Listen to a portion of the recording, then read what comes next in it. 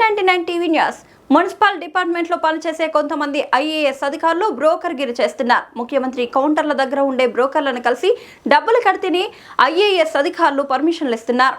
ఇంకా దరిద్రం ఏంటంటే కొంతమంది ఐఏఎస్ అధికారులు, నేను ఈ మాట అంటే బాధపడుతుండొచ్చు కానీ అనక తప్పడం లేదు.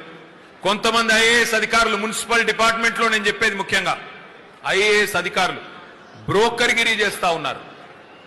వాళ్ళ దగ్గరికి పోయి బిల్డర్లు పోయి అడిగితే, అయ్యా మా ఆక్యుపెన్సీ సర్టిఫికెట్ అంటే ఫలానా ఏవి రెడ్డిని కలువు, అయ్యా మా బిల్డింగ్ పర్మిషన్ ఏది అంటే ఉదయ సింహాన్ని కలిసి క్లియరెన్స్ తీసుకొని రా, అట్లయితేనే ఇస్తా. ముఖ్యమంత్రి గారి కౌంటర్ల దగ్గర ఉండే బ్రోకర్లకు కలువమని ఐఏఎస్ అధికారులు పురమాయిస్తున్నారు. పోయి అక్కడ పోయి డబ్బులు కడితే ఇక్కడ నేను మీకు క్లియరెన్స్ ఇస్తా అని చెప్పే దౌర్భాగ్యపు పరిస్థితి.